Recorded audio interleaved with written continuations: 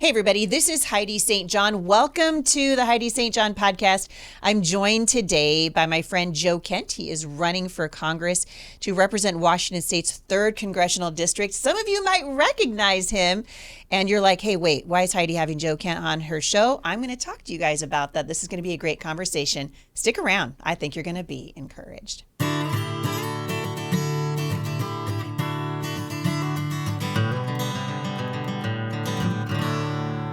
Well, thank you guys for tuning in today. As you know, we are coming up on a very important election, not only in Washington State, but around the country right now. And that's why I've been putting so much of my effort into talking about politics and why I think it's so important that Christians in particular engage in the process. And several weeks ago, I reached out to Joe Kent. Many of you will remember that we ran a pretty tough race in 2022. It made national headlines, and Joe's running for the same seat again. We lost that seat. Jamie Herrera ended up losing that seat, and we lost the seat, unfortunately, to a leftist. Her name is Marie Gluesenkamp-Perez. Joe is running for the seat again, and I reached out to him several weeks ago to see if we could work together to restore a Republican back into that seat. And I've asked him to join me today in the studio. So welcome. I'm glad you're here. Thank you so much for having me. It's great to be here. So I know there are people who are just like, wait, what's happening? What's happening right now? And you and I have a lot in common. We have much more in common than we have that we would disagree about. And the reason I reached out to you is because I have seen, and I know you're seeing it too. We have a hard time. Republicans have a hard time recovering from primaries. We do. And when we don't recover from the primary, or when we dig in and we just say, hey, I'm not going to vote for the person who made it through to the general, we end up hurting everyone. Exactly. And so I want to talk to you about that. But since this is your first time on my show, go ahead and just tell our listeners a little bit about who you are and why you're running to represent CD3. Yeah, well, great to be with you, and thank you for having me. Second time running, but spent 20 years in the military. I was a Green Beret, did 11 combat deployments, grew up in the Pacific Northwest. After I was done with my service, my service was kind of cut abruptly short. My late wife, Shannon, was killed fighting ISIS in Syria. So moved back here to the Pacific Northwest, got involved with politics for the same reasons I think a lot of us did, because in 2020, the country lost its mind. Between the COVID lockdowns and then the riots, I just felt like we were losing our country. I think we're still losing our country. But that inspired me to get involved in politics, which isn't something I had planned on doing. But glad to be here, and this is awesome. Well, politics is a little bit like fighting ISIS, just doing it a little different way. Right, exactly. It's interesting to me to note that Washington State, now we haven't had a Republican governor here for over 40 years. We continue to sort of just circle the drain, even though people see that the policies are killing us, right? We've got a homeless crisis in Southwest Washington, the likes of which I've never seen. And I grew up here, and we're watching the politics of Portland bleed over into Southwest Washington. Our schools are on fire, rampant inflation. We can go on and on and on. And it always perplexes me as to why people don't want to change. Like, if it's not working, maybe we should try something different. And it occurred to me months and months ago that I think a huge part of the problem that we're having is that Republicans and I think, it's probably the best thing about the conservative movement is we tend to be independent thinkers. Yeah. Right? We're not, the Democrats are like big group think junkies. Right. But it's also kind of our Achilles in that we don't work, we have a hard time working together. Right. And so I'm hoping that my effort in some way will help you to win the seat. And we initially had a lot of people who were like, wait, why are you doing that? And the answer is pretty simple, because I want to see Washington State in the hands of good leaders. And so talk to us a little bit about Republican unity and why you would want to work with me in another election cycle. Well, first off, you and I agree probably on 99% of things. I think so. I think so. And even most Republicans who have a disagreement, and they think it's a passionate, like, Republican disagreement on the really, really big issues, we agree on the outcome that we want. And that's where I think, like, our country really went off the tracks. I think there was an era, probably back when our parents were involved in politics, that Republicans and Democrats both wanted to end up in the same place. Right. They just disagreed on how to get there. Right. That's not the case now. No. The other side has gone so crazy. And so Republicans Republicans, we do have to, for a brief moment, put aside our independent mindedness at the end of primary season and unify. Because you're right, what makes Republicans strong, what builds strong communities, families, is that we are independent. And the Democrats do have a hive mind. It makes them very, very efficient politically. Because when they say get behind Bob Ferguson. Well, they're a machine. They're a machine. When they say get behind Marie Perez, boom, they do. Mm-hmm. And the Democrats are also very good at watching where Republicans are divided, exploiting those divisions to get their people in there. So like they have horrible ideas, but their political execution, it's pretty flawless. However, the numbers are in our favor in this district especially. I mean, if you add up the votes that I got, that you got, the votes that I got and Leslie Llewellyn got this last time, we can clearly win. And then I think statewide too. If you look at the people who voted against Bob Ferguson, those numbers right there, I think that opens the door wide for Reichert. It sure does, and we could have a Governor Reichert as opposed to Bob Ferguson, who I think is probably much worse than Jay Inslee. Oh, by a factor of 10. Yes. I mean, that guy's a communist, like straight up.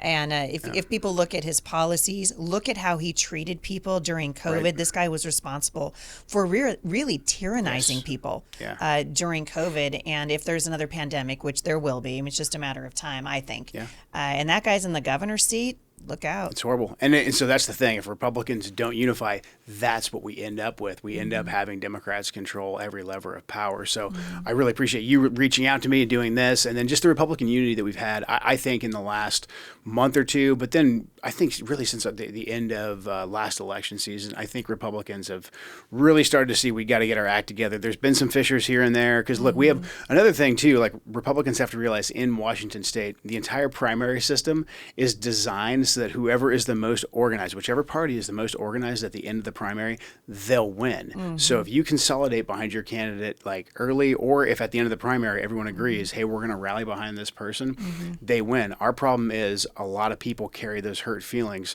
past August into September. Look, it's October now. It's almost it's almost Halloween. Get over it, people. Get over it. Yeah, 100%. Right, exactly. Look at the camera. Get over it. Vote Republican. I mean, that's got to be the message. And so you and I were chatting before we started filming.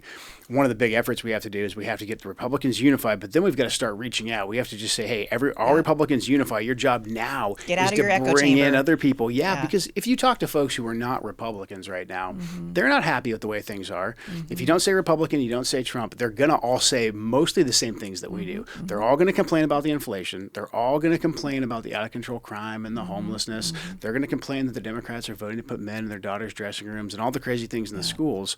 So we're winning on the big issues. We've just got to unify and really reach out to others. Yeah, I agree. And I think as we get a little bit, what are we, 3 weeks away now? Yeah, we're close. From probably what is going to turn out to be the most consequential election possibly of our lifetime. I don't like the rhetoric that says if we don't get Trump in the White House, there will never be another election. The country is not going to fall apart overnight. It is going to continue to fall apart, though, and that's the problem.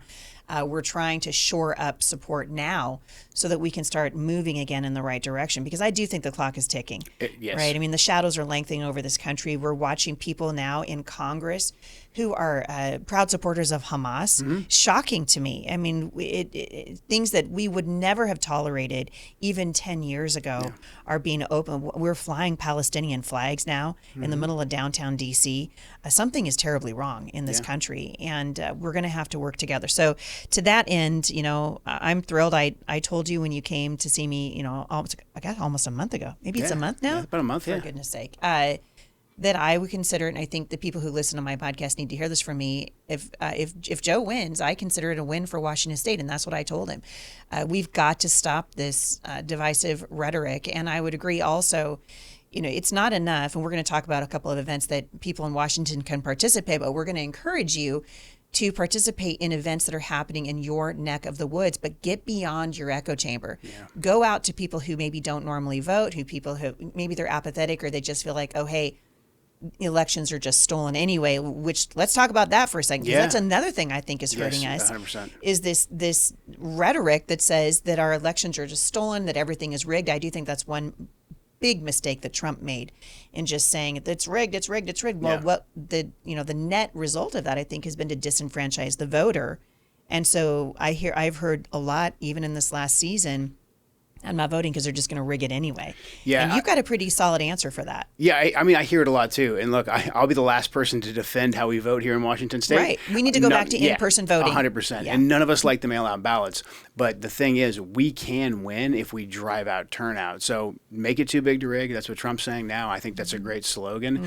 Because if we flood the polls with everybody we know that agrees with us, that's frustrated with the way things are, regardless of what they do, if there is shenanigans, if there isn't shenanigans, then we exceed that margin. So I personally think a lot of the telling people not to vote, it's almost like a Democrat scheme. They've really kept with it because if they can just suppress, 2-3% of Republicans from casting that ballot. That's all it takes, and they win. And then they don't even need to do anything shady because they basically just won through a psychological operation of not getting people to vote. So you've got to vote, even if you think you don't trust it. You still got to do it. They mail it to your house. You got to turn it in. You got to turn it in. I mean, the fastest way for us to lose is just not to show up. That's right. And we want to show up. I mean, if we're going down fighting. That's right. And I think it's so important. Let's talk a little bit about the role of Congress, something you and I were talking about a few minutes ago. And I think sometimes people are confused, what's the role of federal government versus the role of a state legislator versus the role of a city council. And part of the reason why people don't understand these things anymore is because we don't teach it anymore. Right. So we're not teaching civics. We're not even teaching the Constitution. This is something I'd love to see federally mandated, which we can talk to after you get into Congress. But let's talk about that for a second. So if you're sent to represent CD3 in Congress, what is the role of a federal representative versus, what can you do, for example, to affect homelessness? So we care about it, we want to talk about it, but is that the role of the federal government as it relates to Southwest Washington? And if it's not, what could you do?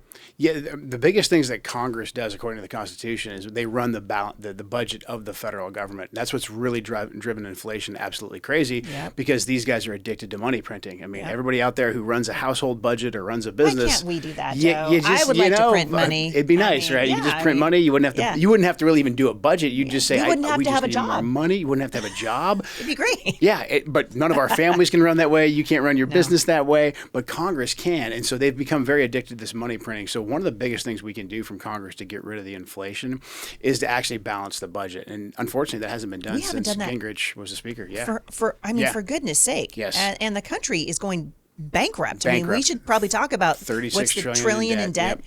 Yeah, it's unbelievable. That's the biggest driver of the inflation. There's a bunch of other stuff with energy. Biden killed off U.S. energy independence, so Congress could help out with that too, but that's more of an executive branch function. But getting the budget under control, that's absolutely huge. And then look, I think our federal government does need to start prioritizing our district, but American citizens. So the border, I mean, the border is a clear-cut one. The fentanyl that's coming into our district, the border being wide open. For people that aren't familiar, I mean, they're hearing the term fentanyl, but I think what people need to understand is these are not the drugs from the 70s. This is not heroin. Yeah. This is not cocaine. This is, you touch this stuff and it can kill you. Yes. It's deadly. Yes, it's incredibly addictive. And the way that fentanyl is made and cut, every single batch essentially has a different tolerance level. So what will get someone addicted 1 week, if they put it in synthetic marijuana, Percocet opioids, it'll get someone addicted 1 week, but the same amount the next week, because the tolerance is different, will kill someone dead. And that's why we've seen 100,000 Americans get killed per year from the fentanyl crisis. But that's because the border's wide open. So Congress's basic function, I mean, the federal government's basic function, like defend the borders of the country. If you can't do that, then what else do you do? You're supposed to be funding the military. Yeah. You're supposed to be making sure that our nation is secure, that our borders are secure. Without a border, we don't have a nation. We don't have a country, exactly. And so for Congress to be failing to do that, which is a deliberate decision. I mean, my opponent Perez will say that no, we're working on it. I'm doing things. I'm holding Biden accountable. One of the first votes he took was to leave the border wide open. The Democrats want the border to be wide open. So Congress can do all those things. And then look, I think in terms of hard infrastructure, as far as the I-5 crossing, which we can talk about, but fixing I-5, those types of things, that's within the federal scope of work. But a big problem that we have is our government is way too involved in our daily lives. We have excessive government regulations. I mean, really, right now, the federal government has grown and gotten so bloated. They are spending our money. They're driving up all the debt, and they're spending billions on either foreign aid, sending it overseas, or they're just regulating us to death. I mean, I don't have to tell you, you're in business. Nope, don't have to tell me. Right. Here in the Pacific Northwest, I mean, the way that our timber industry was regulated to death, that is like a great case Which study is of the so federal sad government. because we have this amazing natural renewable resource. Yes. And they've killed the industry. Yeah. They've killed the industry, and at the same time, they're mismanaging our forests. Yep. And that's another huge issue here in the Pacific Northwest. Yeah. And it's shocking to me. But when we think of the role of the federal government, the role of Congress in particular, something that you and I talked about a minute ago, and I really want to make sure we hit on it so people understand. From your seat in Congress, there's not a lot that you can do because it's outside of the scope of your jurisdiction. Yeah. They can you can't go, we're going to stop, the homelessness crisis. Right. But there are certain levers that you can pull to apply pressure. What would that look like? There's funding that we can give. A big problem that we have, especially being so close to Portland, is and having right now the governorship in Washington controlled by a Democrat, is that we have a sanctuary policy, and we're refusing to even let our law enforcement officers break up the homeless encampments. We just restored police pursuit back in Washington, Oregon, decriminalized because they were drugs. like, oh, hey, that didn't work. Yeah, right? We've decriminalized drugs, and then we told the police you can't pursue a criminal. Yeah. And then the Democrats knew that was a horrible policy, and an election was coming up, so they changed it. They restored it. But if you give them power, we know we've seen this movie before. We know exactly what they're going to do. So a big thing that Congress does, though, Congress allocates a lot of money to the federal government. I want to be able to say, hey, if you're not enforcing basic law and order, then we are not going to give you the law enforcement grants or just the federal grants in general. Don't we do this with our kids, Joe? Yes. Don't we do this with our kids? We just go, oh, hey, we'd love to help you. But we're not going to help you until you learn how to manage the money that we're giving you. Yeah. And these are some obvious needs that need to happen. I mean, the citizens of Southwest Washington, and I don't think Southwest Washington's alone in this. No. I think there are people all over the country who are listening to this right now like, hey, I mean, I just got back from Columbus. Yeah. Those guys are in trouble. I feel, you travel a lot. I travel too. And I think most states that have a blue city, they have the same thing. The blue city is destroying and dragging down the rest of the state. So I think this applies here, but it applies pretty much everywhere. But what we could do if there's law enforcement grants is if you have a good sheriff who's elected by the people, like we have a good one here in Clark County, you could say, hey, I'm cutting off your governor. But if you're going to enforce law and order, we're more than happy to go one level down and give you the resources that you need to help with the homelessness, to help with the crime. But I do think we have to start drawing a really hard line on these sanctuary states, because we just lost a Washington state trooper who was killed by an illegal immigrant who was supposed to be deported. ICE was attempting to deport this guy who killed Trooper Gadd. That guy had I think 2 years worth of ICE retainers on him. So sad. But Washington serves as a vector because we're a sanctuary state. So I think conditioning some of the federal grant money there would encourage better behavior for Washington. I agree. Let's talk about something that's really important to me as a mother. I mean, I have 7 children, soon to have 6 grandbabies. And our schools are completely on, they're upside down. What's your opinion on the federal government being involved in education via the Department of Education? Yeah. I would like to get rid of the Federal Department of Education. I mean, and it's very simple. That's not just something that you and I came up with. Right. It's not in the Constitution. Right. And so Democrats play this game where if Republicans point out, hey, this thing the federal government's doing, it's not in the Constitution, let's push it back down to the states. The Democrats, using the media, throw up their hands and say, oh my gosh, these Republicans hate education. They want to just ban books. Yeah, they want to ban books. I mean, they play this game. But look, at the end of the day, we talked about how in debt we are. We actually have to start cutting a lot from the federal government. And I think the cheat sheet for that is you look at the Constitution and you say the things that are in here, that's what the federal government does. Everything else, we're not saying it's bad. We're just saying it gets pushed down to the states. It's not our jurisdiction. Yeah. So the Federal Department of Education, and we know the Federal Department of Education has been very weaponized to push this crazy, whatever you want to call it. It goes back to Horace Mann and John Dewey. Yeah. These people that formed the Department of Education were actually Marxist at their root, who believed that the child should be the sole property of the state. And so if you go back and you look at the roots of the Department of Education, if you study Horace Mann, who really is a hero to the public school, to people who are big into public education, or John Dewey, these guys were collectivists. They believed in a Soviet Prussian style of education. We've seen that implemented in our schools. And you can once you trace the roots back, you can see why it's become so damaging. People will say to me, well, the schools are broken. And my response is, no, they're not broken. They're doing exactly what they were designed to do. They're working very well. And if you look at the number of citizens that we are, graduating from our schools, from our public universities, but really even more importantly, our public high schools, I mean, Joe, we're cranking out by the hundreds of thousands every single year kids who hate this country. Yeah. They don't have any frame of reference for the founding of our nation. They don't understand limited government, which is why when COVID hit and Emperor Inslee decided to impose all these mandates, you just saw a generation of people just, stand on the dot. You know, we don't even know why we're doing it. We were told to, yeah. We were told to. I mean, that is the Prussian style of education, which came after the Napoleonic Wars. The whole reason that they did this in the first place was they saw what happened in Germany. The Germans were like, how'd you get them to do that? Yeah. So then they took that style of education, which basically says you obey at all costs. When we give you an order, when we say jump, you say how high. That's what they're doing in the schools. And these kids are not critical thinkers anymore. And I think, boy, if you could get rid of the Department of Education and actually kick it back to the states, and then even go a step, I would say, even closer to home, yes, of course, to your local jurisdictions and where parents have more control and more say. But the Democrats, they're not championing individual rights. They're not championing parental rights, really under assault. We see this with transgenderism. So let's talk about that for a second. Yeah. That when I saw Marie Perez talk about transgender issues, dude, my blood ran cold. Yeah. That woman does not know what a woman is. No, actually, that's not true. She does know what a woman is. She's captive to the left. That's exactly right. You know, Perez right now is attempting to do her best impersonation as a moderate, so she won't talk about any of this. I've been trying to put her on the spot because this isn't really just rhetoric either. It's her actual voting record. House Republicans in this last Congress tried to put forward two really key pieces of legislation to help parents combat what's going on in our schools. The first one I think is the most egregious. In this one, the Republicans were attempting to prevent biological men from entering into women's locker rooms, dressing rooms, and to compete against them on the athletics field, right? Like stuff that we wouldn't have. This wouldn't have been an argument 10 years ago. 5 minutes ago, we all agreed on this. We don't want dudes in the women's locker rooms for every obvious reason that anybody with common sense has, or competing against them on the athletics field, because there's been all kinds of young women who've gotten hurt by men because men and women are different.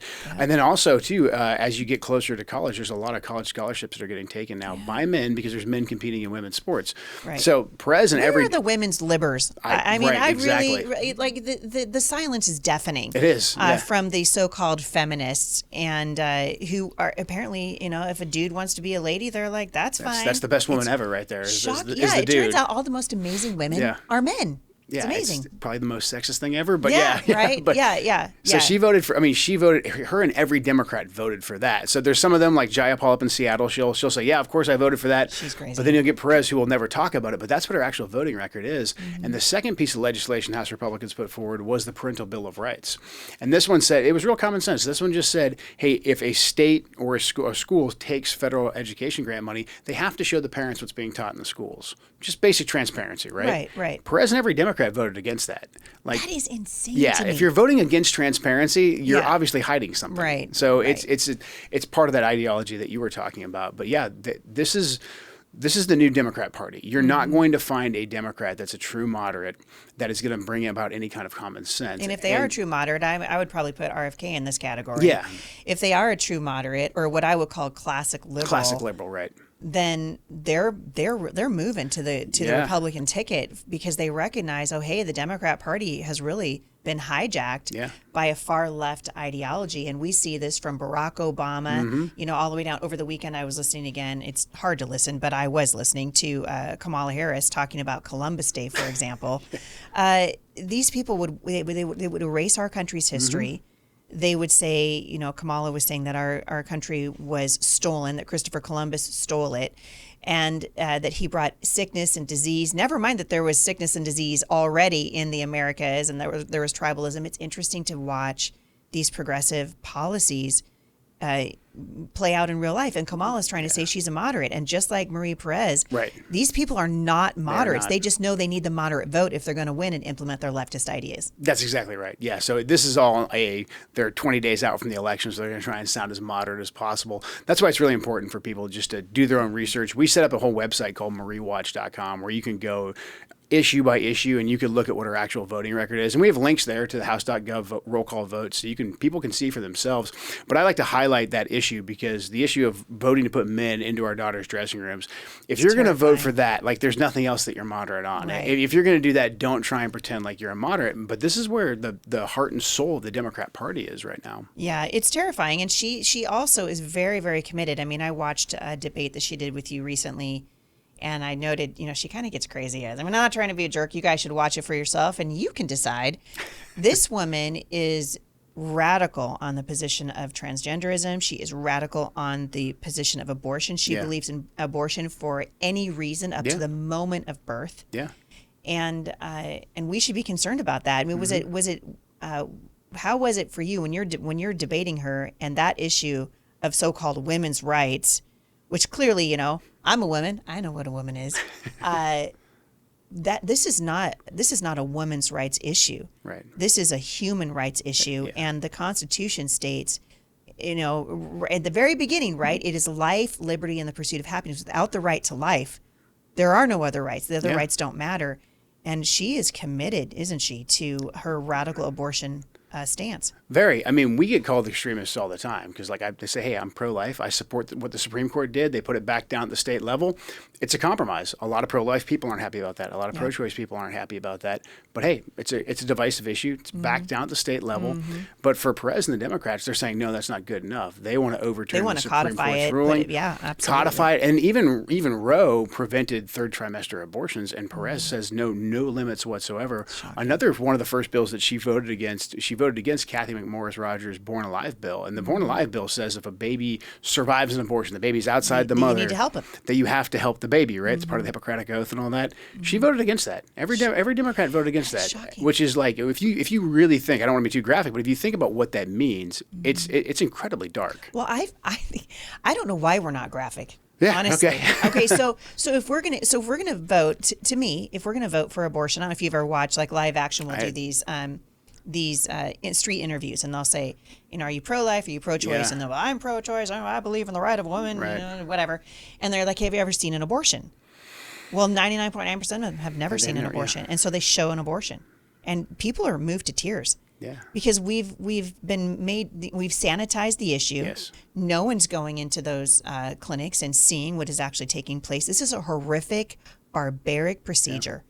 And it's not good for women. Abortion hurts women. Yes. And we need to have these conversations. And I mean, I'd love to see it. If abortion's going to be legal, let's say right here in the state of Washington, then it follows that if you're going to get an abortion, you should at least watch one. You should at least understand what it is that you're supporting and what it is that you're agreeing to. But we never have those conversations. Instagram will hide. We don't want to see that image. Well, why not? It's like the school boards. Yeah. The school boards don't want you reading what's actually in our school libraries. They cut your microphone off because it's too graphic, and yet we'll peddle this stuff to a 6-year-old kid. Right.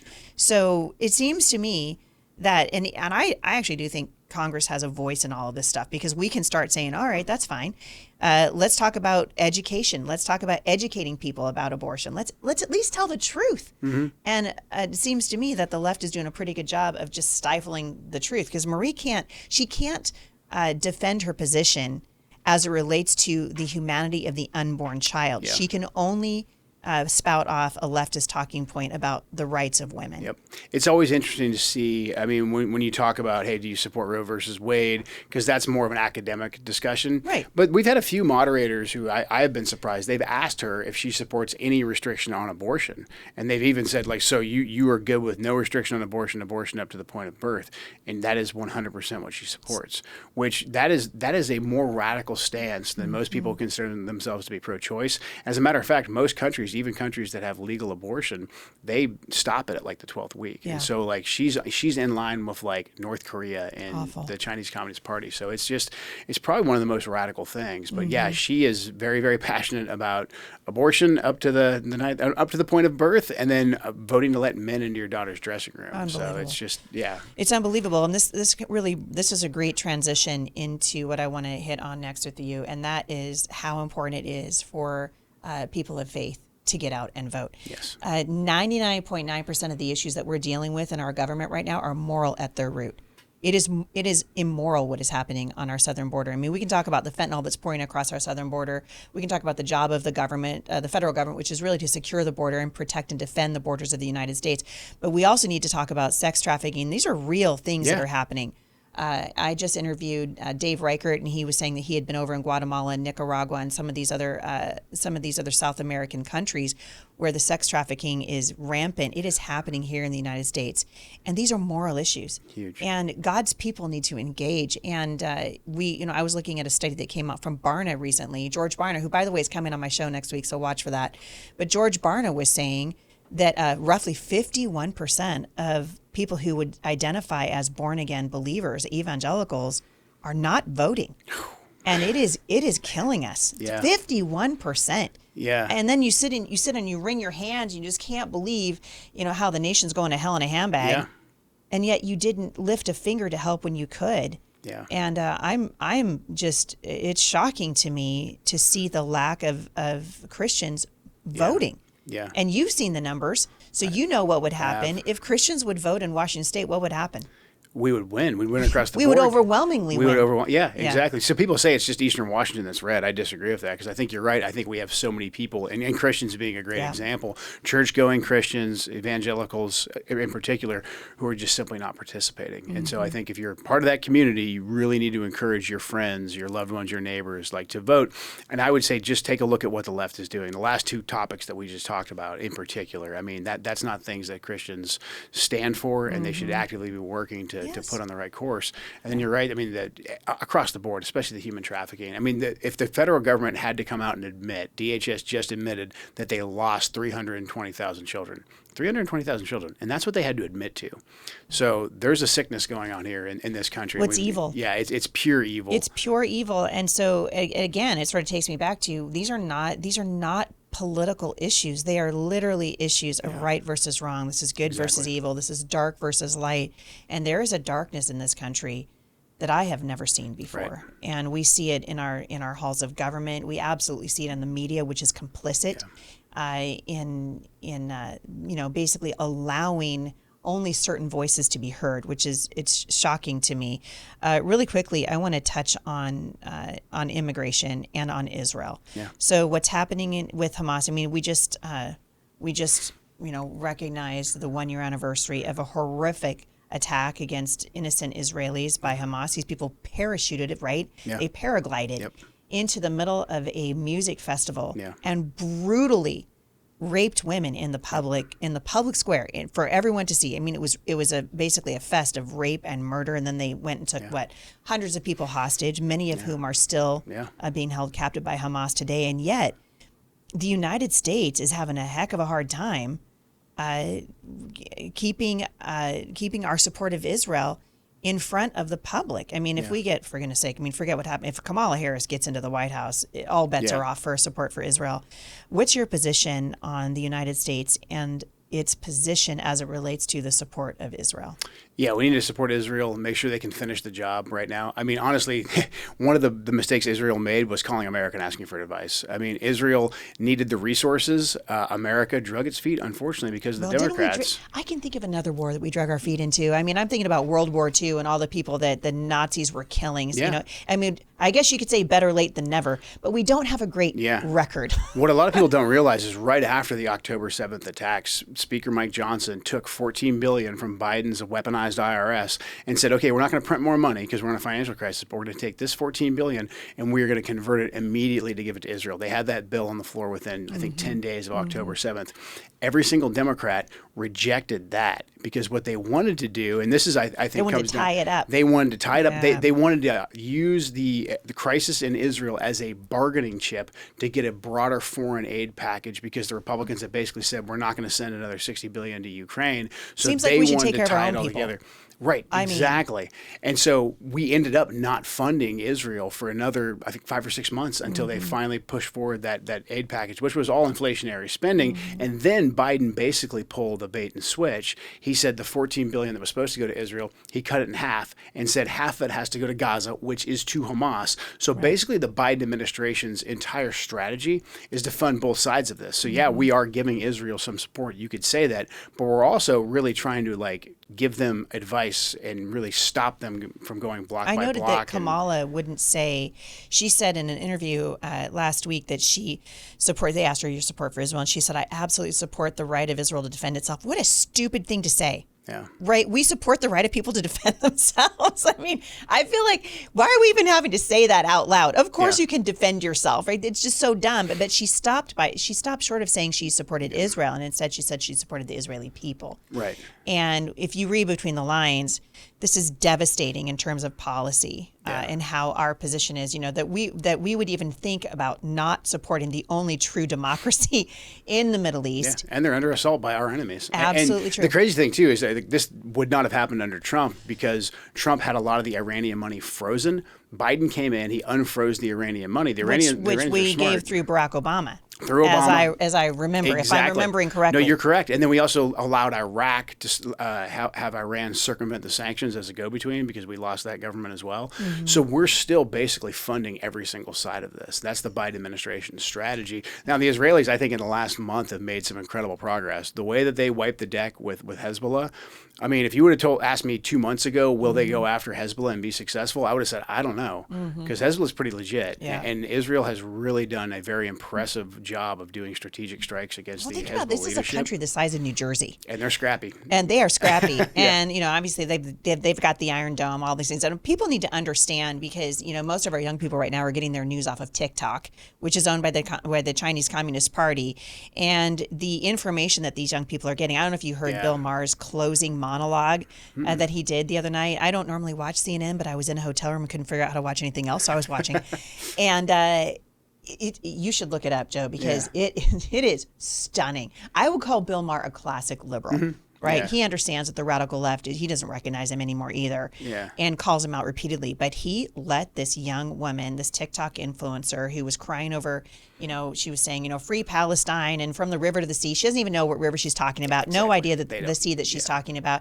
And he said very plainly, he said, you need to understand this is not a land dispute. It has never been a land dispute. This is about a group of people who wants to annihilate the Jews. Yeah, it's in their charter. Yeah. It's right. It's in their charter. This is the. They're not shy about it. The reason that they exist is to wipe the Jews off the face of the earth. This is Nazi Germany all over again.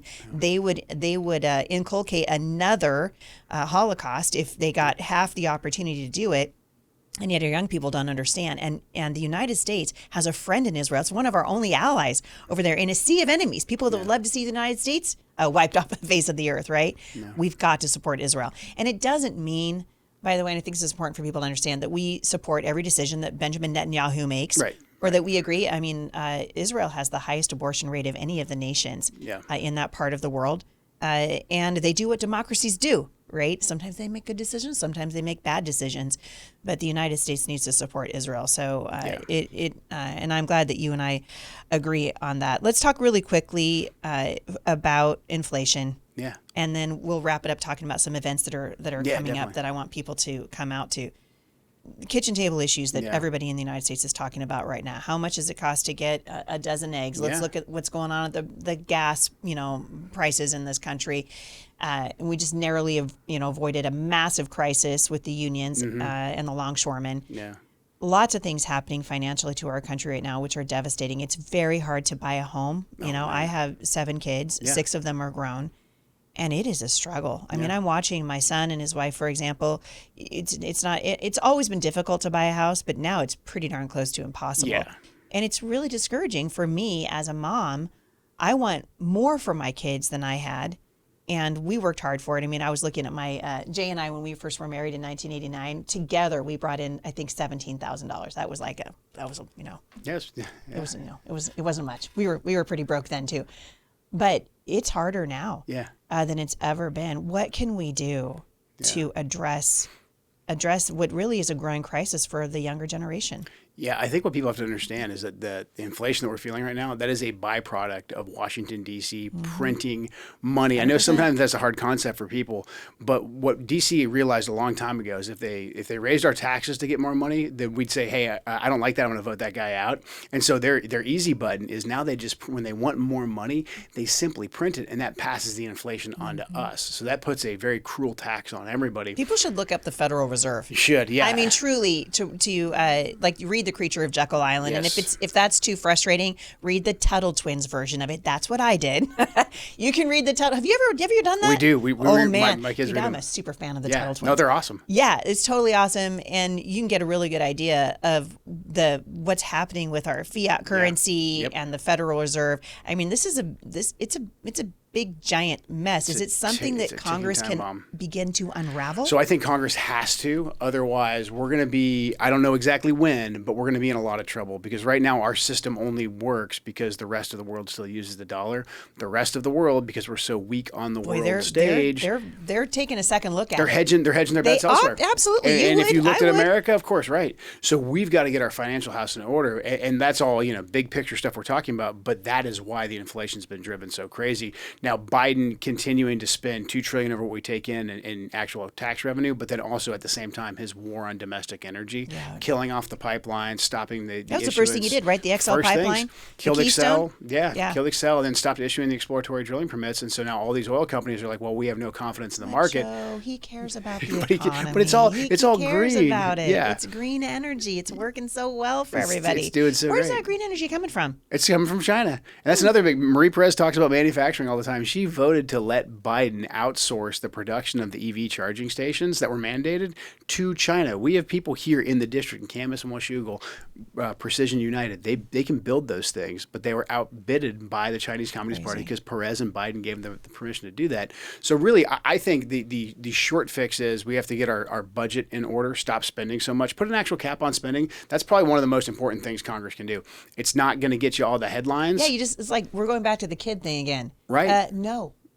Well, and just what every family does. We don't have the money. Right, No. what every family does. Our mortgage cost is this much. You have your expenses. You have to pay those out. The rest of the money is what you have.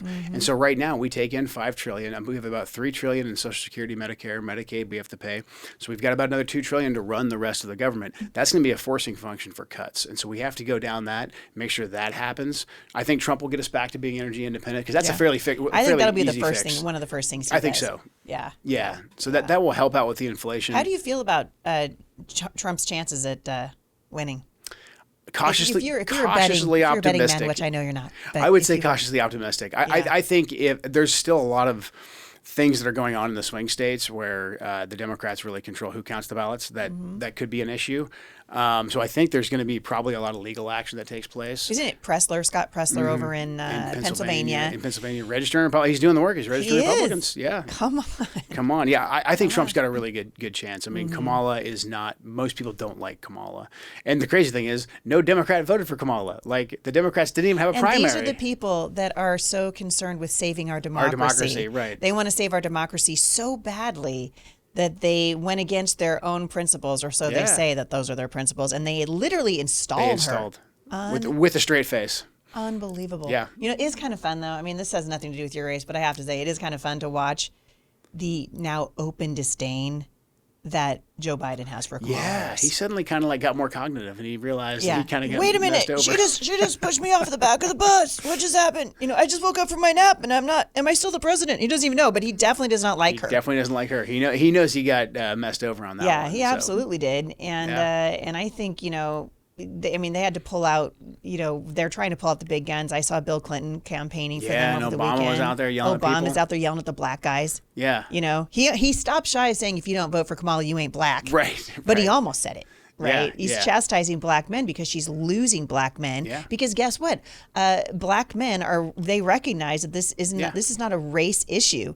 Exactly. Inflation is not a race issue. Exactly. Right. What's happening to our country is not a race issue. And I think Barack Obama, the divider in chief, did more to hurt race relations in the United States than any president before him. 100%. Absolutely. And Kamala will just be, she'll carry that forward. No question in my mind. That's why I think the inflation issue, it resonates with people because they feel it in their daily lives.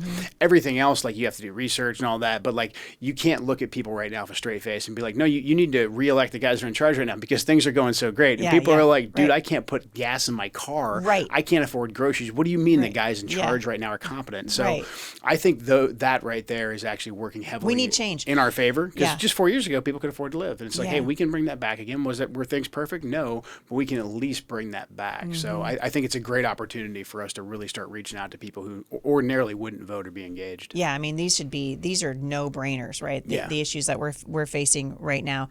There's a couple of really great efforts being made here in Washington State, especially to get out the evangelical vote, which I'm really excited about. I was just talking to you about it, and the Family Policy Institute of Washington, my friend Ken Ramey over there, is doing something called Bring Your Ballot to Church Sunday. Yeah. And so we want to let you guys know, and I'll put that in the show notes today, that is happening on the 27th. So tell your pastor about it. We'll link back to how you can find out more information about that. You can print flyers and you can give them to your parishioners this next Sunday, the 20th, and it lets them know, hey, on the 27th, everybody will have their ballots by then, right? I mean, they should. Yeah, by the 20th. And so bring your ballot to church, and then what they're saying is they're going to put those, they're going to stand there with their ballots and pray over the election. There's power in prayer, you guys. I'm praying every day with hundreds and hundreds of people over at HeidiSt.John.com. You can go there and you can join me every day, every weekday at 8 a.m. And we're picking different things that we pray for every day around the country as it relates to our elections. And then on Tuesdays, we're fasting. And the reason I chose Tuesday is because Tuesday is election day. So now every Tuesday leading up to election day, we are fasting and praying. And so the point of fasting, for those of you who are not familiar, is that every time you feel that little twinge in your stomach, it reminds you, oh, I'm supposed to be praying. I'm praying. And God does amazing things through prayer and fasting. And so I'd encourage you can check that out. You can join me by just getting on my email list, and then you'll get that link and the graphics to go along with it so you can see what we're praying about. But really important to participate. And so I love this. Bring your ballot to church on Sunday, October the 27th. And it sounds like they're going to caravan down and actually drop their ballots off. We're encouraging people to vote as soon as they get their ballots this time. Why is that so important? That's so important because we have about 3 weeks to actually vote. The Democrats collect ballots for every single day of those 3 weeks. Republicans, historically, we have not. So we're not going to give them a head start. And also, a lot of this comes down to money and resources. The sooner you vote, the sooner we stop chasing your ballot. So we basically, now that actually, they started voting already up in Thurston County. Oh, okay. So every day we're going through a strike list, and whoever's turned in their ballots, we stop sending people to their front door. We stop texting them. We stop calling them. So and it's all a way those things it's a way to hold on to those resources and put them where they're actually needed. Yeah, so we can reach out to the low propensity voters, the people who tend not to vote. So yeah, it's definitely, and then also it gives you a longer time too to cure your ballot if you need to, because you have to go once you turn your ballot, you're not done. Explain what you mean when you say cure your ballot. What do you mean? Yeah, so once you turn in your ballot, you're not done. Give it about a day, and then you go to votewa.gov.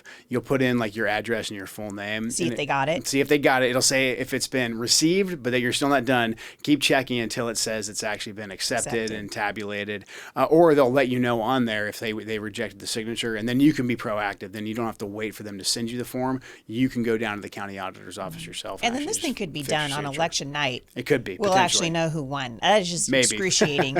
It is excruciating here in Washington State. That's for sure. So bring your ballot to church on Sunday, October the 27th, and then October 21st, we're doing an event right here at Firmly Planted, which is where Joe is at with me today. We've got most of the major players in this election coming on the 21st. We're calling that event Win Washington because we want to win. I don't know about you guys, but I'm real tired of losing. Okay, I'm tired of losing. I'm tired of watching our state circle the drain. This is one of the most beautiful places in the entire world. Yes. And we're losing it. Our cities are becoming crime infested. There's so many things wrong with what's going on right now, but I am optimistic, and I know that you are too. We have to have hope. Yeah. We have to have hope we can turn this thing around. And in the United States, we do that through voting and through electing good people who are going to restore limited government. We got to, I love that you said that the federal government's out of control. Because it loves itself. Mm-hmm. It loves itself, right? The federal government loves itself, and so it keeps getting bigger and bigger and bigger and bigger, and we need to rein it back in. Yeah. The Founding Fathers would be rolling in their graves at what the federal government is doing right now. It was never supposed to be, encroaching to every aspect of your life. It's actually, the federal government's pretty limited in scope, or it used to be, it's supposed to be. So we've got to elect common sense conservatives, people who will go back and honor the Constitution again, and I hope that you guys will join me in supporting not only Joe Kent, if you're in Washington State's 3rd Congressional District, but I agree with Joe. You go down the list of people who are running and just vote for the Republicans that are on the ticket. Yeah. Because people who say that they're Democrats right now, listen, you guys, someone will say, well, I don't like the personality of a particular candidate. I hear this all the time with regard to Trump. This is not a personality contest. We are electing a CEO of our country, and he is going to hire 500 employees, and they're going to run the federal government. And so we need to understand what it is that we're doing when we elect a president. We're not electing a pastor. Jesus isn't on the ballot. And so you guys are going to have to do the work of getting out and voting. And when you do that, when you send people to Washington, D.C. or to your state houses, then those people, then you hold them accountable. Then you reach out to your elected officials and you start having conversations. Joe's just a guy, right? And he wants to represent you. We're just human beings trying to help make our cities and our states and our countries more prosperous for the next generation. So important, you guys. Never been more important than it is right now. So come out on the 21st.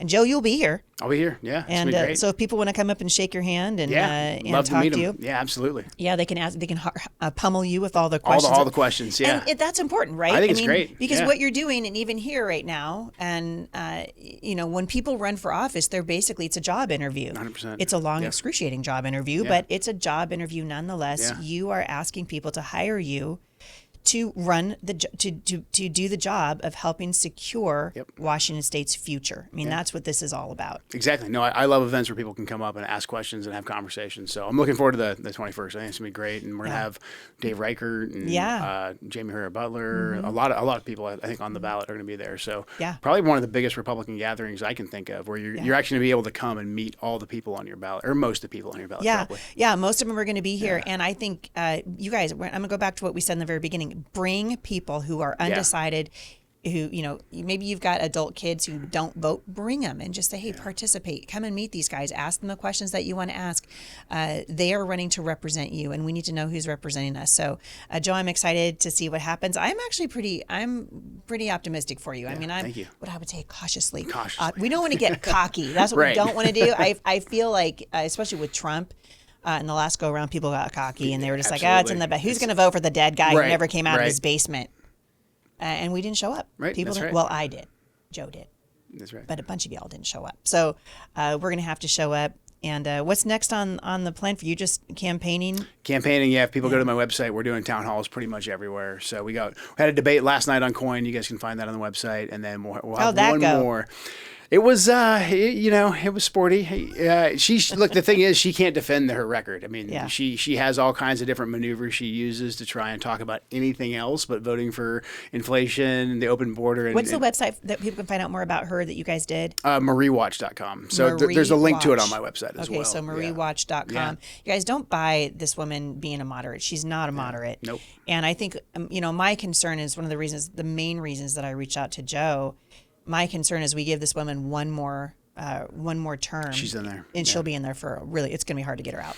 Yeah, and we just can't let that happen. Joe Kent, thank you for coming on the show today. It's just been a pleasure to have you. It's great. Thank you so much. If you guys want more information on my guest today, you know the drill. You can head on over to HeidiSt.John.com and click on the show notes. I'm going to put a lot of links there for you. Bring your ballot to church on Sunday. That link will be there. There'll be an image for the event Win Washington that's happening here on the 21st. Come out, you guys. Participate in the country, and I think we're gonna see real change. Joe, where can they find you online? JoeKentForCongress.com. All right, there you go. JoeKentForCongress.com. Thank you guys so much for listening.